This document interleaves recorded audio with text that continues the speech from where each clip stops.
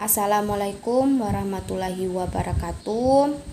Perkenalkan, nama saya Risnawati Ramadan Kiai. Saya dari kelas C, Prodi Pendidikan Geografi.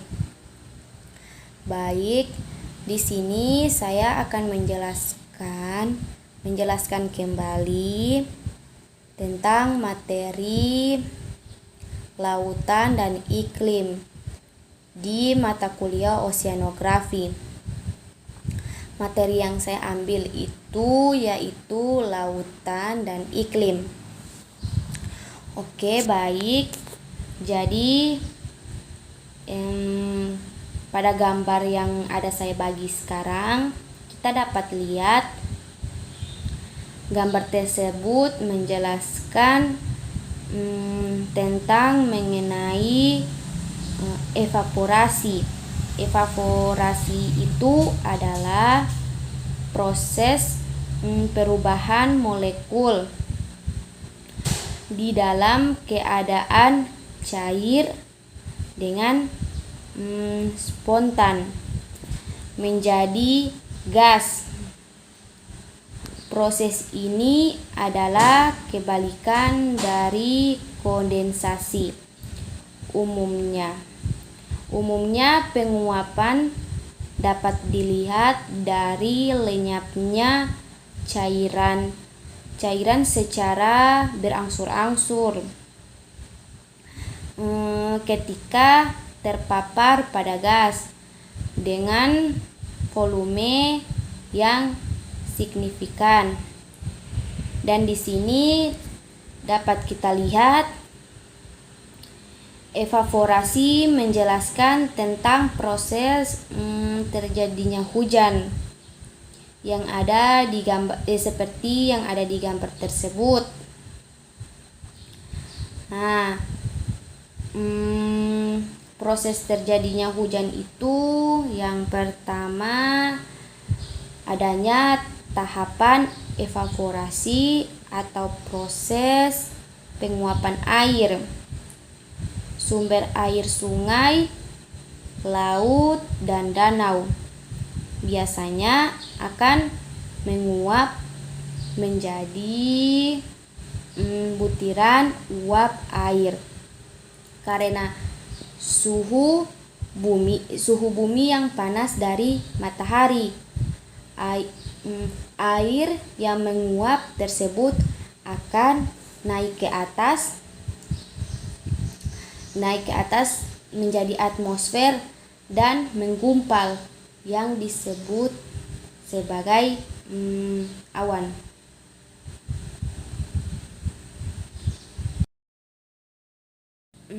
Oke, baik. Gambar selanjutnya itu menjelaskan tentang di mana pada siang hari wilayah daratan mempunyai kemampuan menyerap suhu atau kalor dari matahari lebih cepat karena disebabkan kondisi sebaliknya. Kondisi sebaliknya terjadi di lautan dan untuk proses penyerapan panas bisa disebut dengan kalor. Kalor tersebut berlangsung lebih lambat, maka kondisi ini membuat suhu di daratan lebih cepat dingin dibandingkan wilayah lautan. Next, pada gambar ketiga ini kita dapat lihat sekarang yaitu menjelaskan tentang angin darat dan angin laut. Angin darat dan angin laut itu terjadi akibat adanya perbedaan sifat antara daratan dan lautan dalam menyerap serta melepaskan energi matahari. Dibandingkan lautan, daratan mampu menyerap dan melepas energi matahari dengan lebih cepat.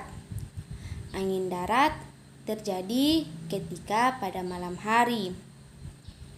Energi panas yang diserap di permukaan bumi sepanjang hari akan dilepas dengan lebih cepat oleh daratan. Sementara itu di lautan energi panas sedangkan dalam proses dilepaskan ke udara. Gerakan konvektif tersebut mengakibatkan udara dingin dari daratan bergerak menggantikan udara yang naik di laut, sehingga terjadinya aliran udara dari daratan ke laut. Dimanfaatkan untuk membantu nelayan. Angin darat dan angin laut juga itu dimanfaatkan untuk membantu nelayan pergi mencari ikan. Angin darat biasanya terjadi pada malam hari. Berbeda dengan angin darat, angin laut terjadi ketika pada pagi hari hingga menjelang sore hari. Daratan menyerap energi panas lebih cepat dari lautan, sehingga suhu udara di daratan lebih panas dibandingkan di lautan. Baik, gambar selanjutnya yaitu menjelaskan tentang angin muson barat dan angin muson timur. Angin muson barat adalah angin yang pembalikan musim. Angin ini datang dengan disertai sebuah perubahan pada tingkat presipitasi.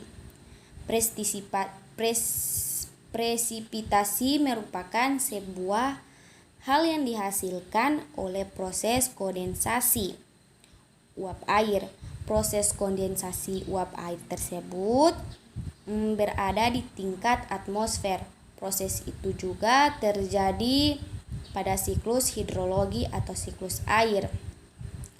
Angin muson dapat dibagi menjadi dua jenis, yaitu angin muson barat dan angin muson timur. Angin muson barat adalah angin yang berhembus dari arah Asia. Angin tersebut kemudian bergerak menuju Australia melalui Samudra Hindia. Angin muson barat ini terjadi dalam periode Oktober sampai bulan April. Maka pada periode ini Indonesia akan mengalami musim penghujan. Pada saat ini matahari berada pada belahan bumi bagian selatan atau 23, lintang selatan.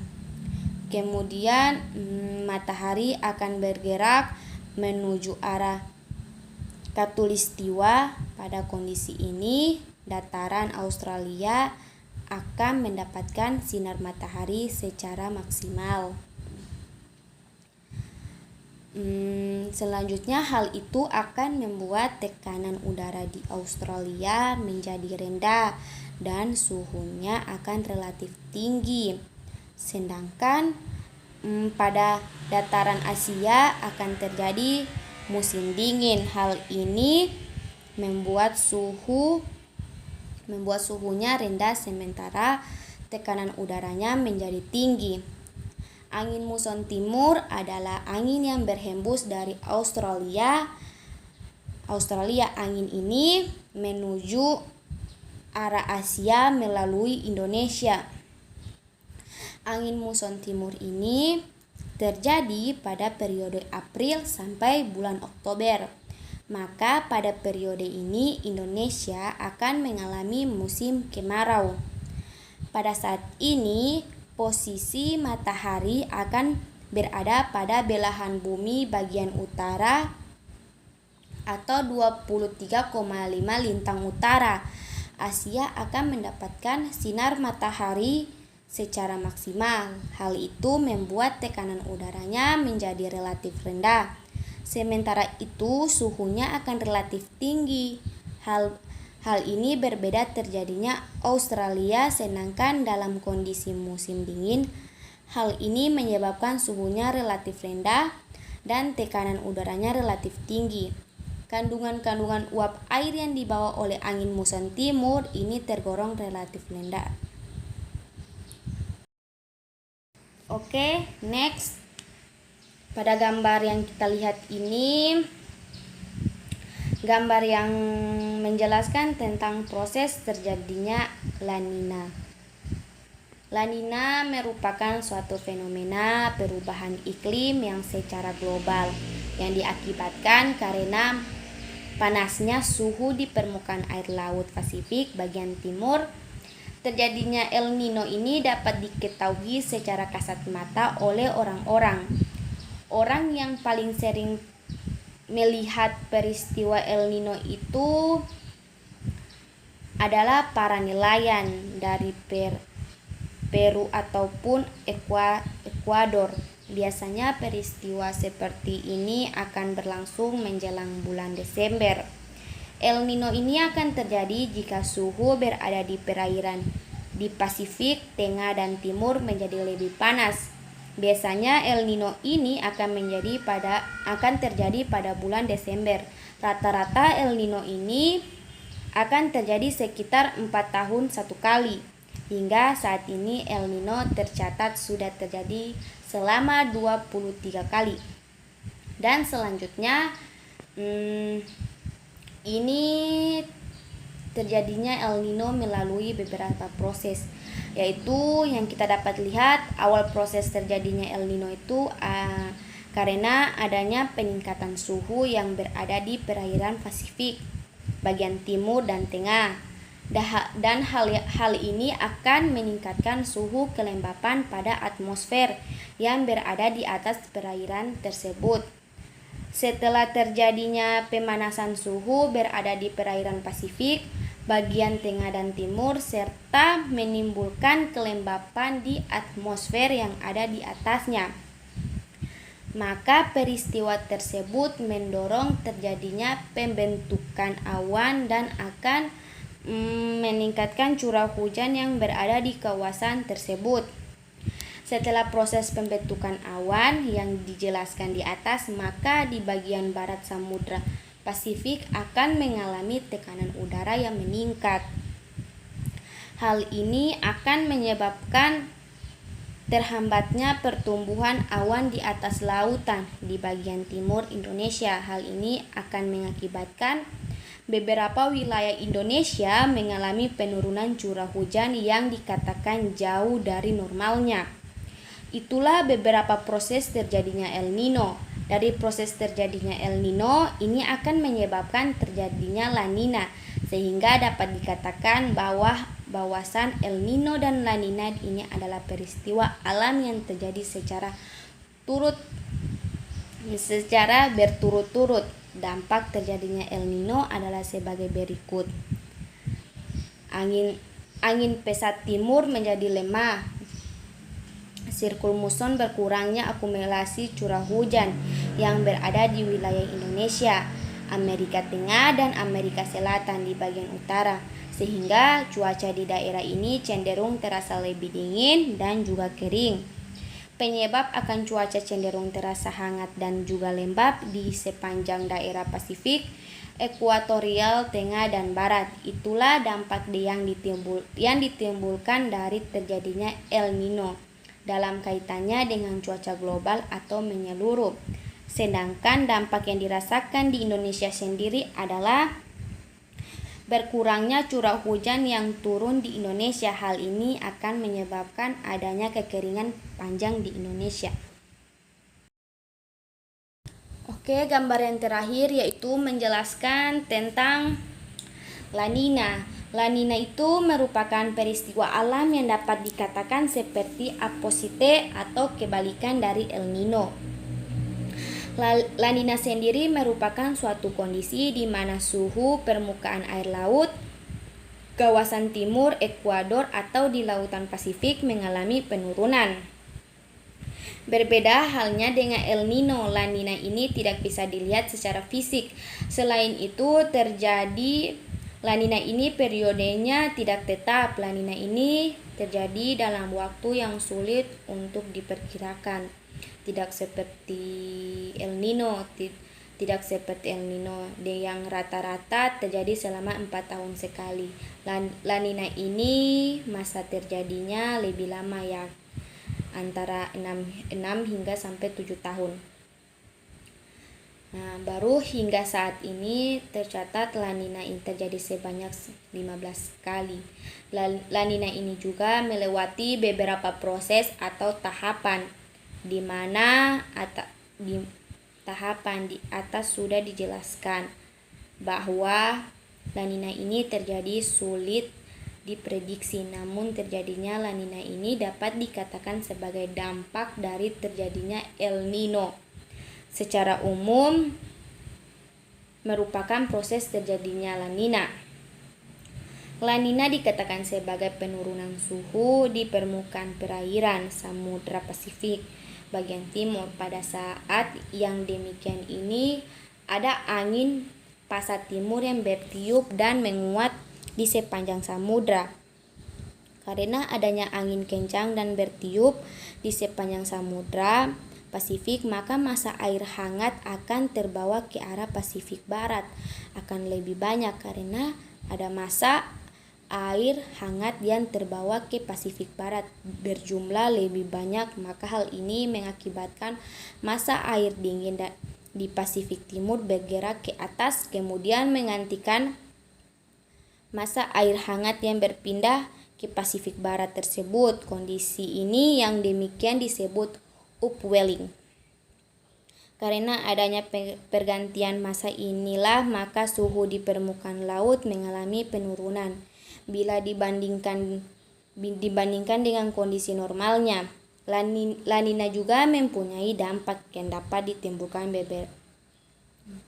berupa menguatnya angin pasat timur.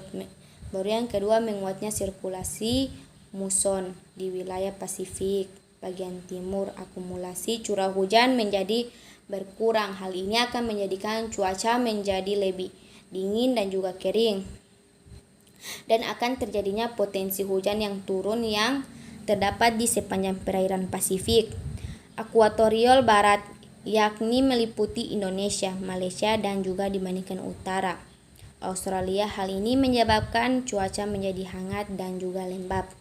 Itulah dampak terjadinya El Nino dalam cuaca global. Selain itu, ada juga dampak yang dirasakan oleh warga Indonesia karena adanya La Nina adalah pertamanya curah hujan yang ada di Indonesia, dan hal ini sangat berpotensi menyebabkan banjir.